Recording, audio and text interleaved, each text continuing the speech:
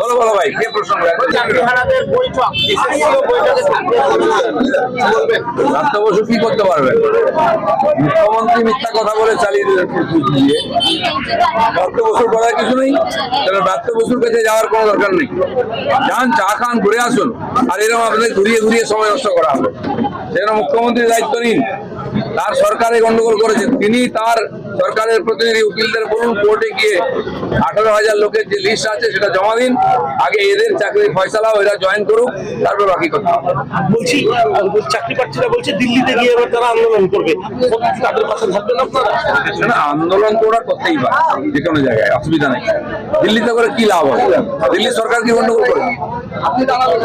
এখানকার সরকার TMC party, এখানকার সরকারকে দায়িত্ব নিতে হবে। তারা কোর্টে গেছে, হাইকোর্ট যখন রায় দিল তার বিরুদ্ধে তারা সুপ্রিম কোর্টে গেছিলেন। এই জন্য তাদেরকে এই সুপ্রিম কোর্টে বলতে হবে যে সুবিচার হোক, এই 18,000 যোগ্য প্রার্থীর চাকরি ফিরিয়ে দিন। সেখানে যাওয়ার প্রশ্ন বলছেন যোগ্য অযোগ্য তালিকা সিবিআই জানে, এসএসসি জানে। না না, উনি কি জানেন? তাহলে উনি শিক্ষামন্ত্রী হয়েছেন, কিছুই জানেন না। যেন ওনার কাছে যাওয়ার দরকার নেই। আমি তো বলছি যে জানে তারা গিয়ে কোর্টে আপিল করুক। রাজ্য সরকার কিছু করবে না, এরাই টাকা খেয়েছে 800 কোটি। এরা চাই, এরাই ঘেঁটে দিচ্ছে যাতে যোগ্য অযোগ্য না আলাদা হয়। মমতা ব্যানার্জি একবারও যোগ্য অযোগ্য বলেননি। তারা চান না সমাধান হোক। ওদের চুরির জন্য 8,000 লোকের জন্য 18,000 লোক রাস্তায় বসে গেছে যারা যোগ্য। এই সরকারের উপর কোনো ভরসা নাই। এর উপর ভরসা করা মানে সময় নষ্ট করা। আবার আদালতই সমাধান করতে পারে। কোর্ট ঠিক করবে,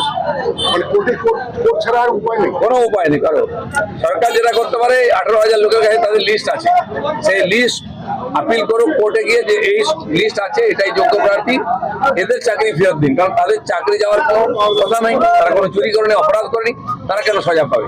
সাজা পাচ্ছে মমতা ব্যানার্জি সরকার। সরকার হাইকোর্টে রায় পড়ে কি করেছে? সুপ্রিম কোর্টে গেছে, এবার কি এভাবে তো যাবে? ওরা তো বাঁচার চেষ্টা করছে, নিজের লোকেদের বাঁচাবার চেষ্টা করছে যাতে চুরিটা ধরা না পড়ে। আমারও বক্তব্য তাই, ব্রাত্য বসুর কোনো করার কিছু নেই। মুখ্যমন্ত্রী দায়িত্ব নিন, মিথ্যা কথা না বলে, প্রতিশ্রুতি না দিয়ে এই 18,000 লোকের চাকরি ফেরত দিন, কোর্টে যান।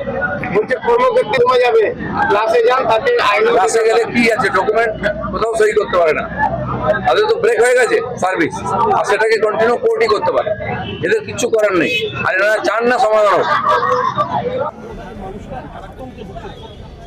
পশ্চিমবাংলার হিন্দুরা আজই ভয় করছে যে আর বাংলায় থাকা যাবে না, পশ্চিম বাংলাদেশ তৈরি হয়ে যাবে। আমরা এটা বারবার বলছিলাম।